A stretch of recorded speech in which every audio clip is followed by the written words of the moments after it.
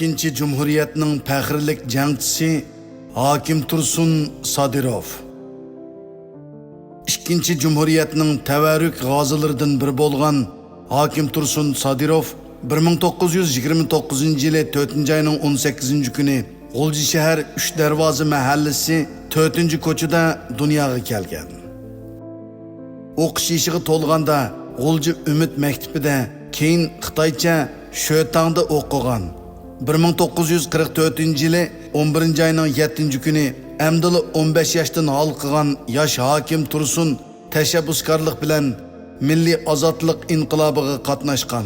Texi 16 yaşqimi to'lmagan bu pidakar yosh bola G'uljidagi oq o'rislardan tashkillangan o'ris qo'shinining tarkibidagi sanoqli 4 nafar Uyg'urning birisi bo'lish sifati bilan G'uljidagi Harambog', Liangshan butxonasi ve G'ulji aerodromida ilib berilgan 86 kunlik partizanlık urushiga qatnashib, qonliq janglarni beshidan kechirgan. Bu jarayonda u og'ir yaralangan bo'lsa-mu, asliga kelgan hamon yana qayta oldingi sapga qaytib kelib, aerodromni qorshab, G'uljini to'liq ozod qilish urushlarini davomlashtirgan. Hakim Tursun aslimisida özünün 1945 yılı 8. aprel günü Şarkı Türkistan Milli Armiyası kurulgan Qutlug günde G'ulji atqıçılar 2. polki razvedka izvotining jangchisi sifatida mazkur qo'shindan ayrılgan 300 kişi bilan birlikte Milli Armiya qurilish paradiga qatnashganligini qayd qilgan. G'ulji atqıçılar 2. polki asosligi G'ulji shahridagi yoshlarni asos qilib qurilgan bo'lib, uning komandiri G'uljida cho'ng bo'lgan Rus yoshlaridan Nikolay Fedyadiev idi. Bu polk tarkibida bir razvedka izvoti bo'lib, 17 yoshli Hakim Tursun shu izvotning jangchisi edi. Hakim Tursunning tavarruk qizi Gulbahar xonimning qayd qilishicha, Hakim Tursun Zatolikin komandirligidagi mazkur izvot tarkibida Jing, Maytaq, Savan qatorliq joylardagi dushman orqa saplarida harakat qilishga qatnashgan. Hakim Tursun G'ulji shahri to'liq ozod bo'lgandan keyin Cumhuriyet Milliy Armiyasi G'ulji 2. azodlik nishonliq atquchi polkining razvedka guruhiga taqsimlanib, G'uljidan Urumchi taraflarga qarab qochgan dushmanlarning orqasidan qo'g'lab zarba berish urushiga qatnashgan. Keyin qo'mondant Sopaxunning askarlaridan tashkillangan alayda guruhiga tanlanib, düşmanning orqa sepiga o'tib, cho'ng parakandichilik selish va dushmanga har xil yolg'on shapi berish vazifasini o'tagan. Ammo vazifa o'tash jarayonida ushtumtut og'ir yaralanib, hayoti og'ir xavfga duch kelgan. Shundaqdimi Hakim Tursun sabdoshlarining fidokorligi bilan 1001 jafoda ota-onasining qo'liga nimjon holatda topshirib berilgan.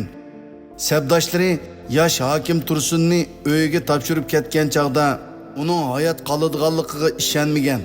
Ammo Hakim Tursun ota-onasining ko'ngli qo'yib davolashi bilan mo'jizalarcha qaytadan asliga kelib, yana Milliy Armiyaga qaytgan.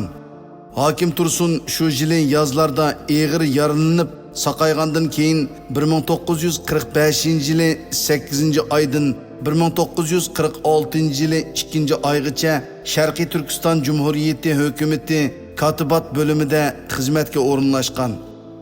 Hakim Tursun Sadirov 1946 yılı 6 iyunda Xitoy Gomindang hukumati ve Azad Sharqiy Turkiston Cumhuriyeti arasida imzolangan 11 bitimdan keyin G'ulji 1. zapas atquchi polkining 1. batalyonida pilotchi guruhining komandiri, batalyon shtab boshlig'i, G'ulji shaharlik garnizon qo'mondonlik shtabida katib, Milliy Armiya Oliy harbiy sotida katib, taftish bo'lib ishlagan. 1947 yili G'ulji bilim yurti harbiy shtabi boshlig'i, G'ulji shaharlik garnizon komendantida katib, Milliy Armiya Oliy sotidagi harbiy taftish organining mas'ul katibi, tergovchi qatorliq xizmatlarda bo'lgan.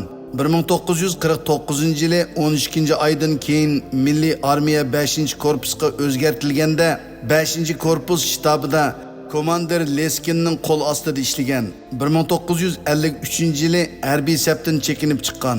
Hakim Tursun Sadirov Milliy Armiyaning qurilganligini tabriklash murosimining 1, 2 va 3 yilligida rasmiy paraddan o'tgan sanoqliq askarlarning biri bo'lgan va 4-5 yillik murosimlarida töhbikor komandirlar sahnasidan o'rin olgan. Keyincha u 1953-yili harbiy sapdan chekinib sanoat institutida o'qigan va o'qish bitirgandan keyin maktabga o'qituvchilikka ilib qilingan. Keyingi hayotini ma'rif ishlariga beg'ishlab 2006-yili 12-oyning 18-kuni olamdan o'tgan. Hokim Tursun Sadirov Milliy ozodlik inqilobi jarayonida "Men haqdor bo'lgan ishlar" nomli aslimasini 2005-yili va 2006-yillari og'ir kasalga giribtor bo'lganda yezib chiqqan bo'lib, u bir tarafdan og'ir kasal bilan elishib, yana bir tarafdan mazkur milliy inqilob aslimasini oxirgi tiniqi to'xtag'icha yezishni davomlashtirib, oxiri to'liq tamomlab, uni keyingi avlodlarga miros qoldirgan. Merhum Hakim Tursun Sadirovning mazkur bebaho aslamasida 1944-yili 7-noyabrdan tortib toki 1950-yili Milliy armiya atalmış 5-korpusga o'zgartirilgangicha bo'lgan orliqdagi nurg'un tarixiy voqealar, tarixiy shaxslar, har millat ofitserlari ham ularning barcha ish faoliyatlari haqida ilgiriki aslamalardan farqli holda bir qadar atrofli uchurlar qoldirilgan bo'lib, Hakim Tursun Sadirov o'zi ko'rgan, qatnashgan, bilgan hamma voqealarni asosan to'liq yezib qoldirgan. Mazkur bebaho aslama hozirgacha e'lon qilingan milliy inqilob shohidlarining aslamalari ichida bir qator ustunliklar va o'zlikchiliklarga ega. Bu aloyidliklardan eng muhimi Hakim Tursun Sadirovning faqat o'zi bevosita qatnashgan, shohid bo'lgan voqealar va sabdoshlarining ish harakatlarini tafsili, inchka va rostchil maydonda turib bayon qilishidir. Shu vajidan mazkur bebaho aslama ashu davrga shohid bo'lgan boshqa shohidlarning aslamalaridan o'zgacha farqlanib turdi. U mazkur aslamasida o'zi bevosita qatnashgan voqealardan sirt yana bir sabda tang kurash qilgan barliq sabdoshlarining faoliyatlarini, mijoz xulqini va o'y xiyollarini haqiqiy chinlik bilan tasvirlagan. Shunlashqa uning qalami ostidagi Elxon To'ra, Ahmadjon Qosimi, Rahimjon Sabraji, Abdukerim Abbasov, G'ani Batur va o'zi bevosita qo'mondonligida bo'lgan bir qism o'ris komandirlarining ish harakatlari va so'zlari romanlarda tasvirlanadigan nuqsonsiz g'oyiviy qahramonlardek emas, balki yenimizdagi real odamlardek tuyg'u berdi. Hakim Tursun Sadirovning milliy ozodlik inqilobi jarayonida "Men haqdor bo'lgan ishlar" nomli bebaho aslamasida boshqa hech qanday tarixiy aslamalarda tilga ilinmagan nozuk tafsilotlar, uchurlar va tarixiy ma'lumotlar bor. Masalan, uning jang maydonidagi qahramon Zixrullam Nadirov haqidagi uchurlari bak o'zguchidir.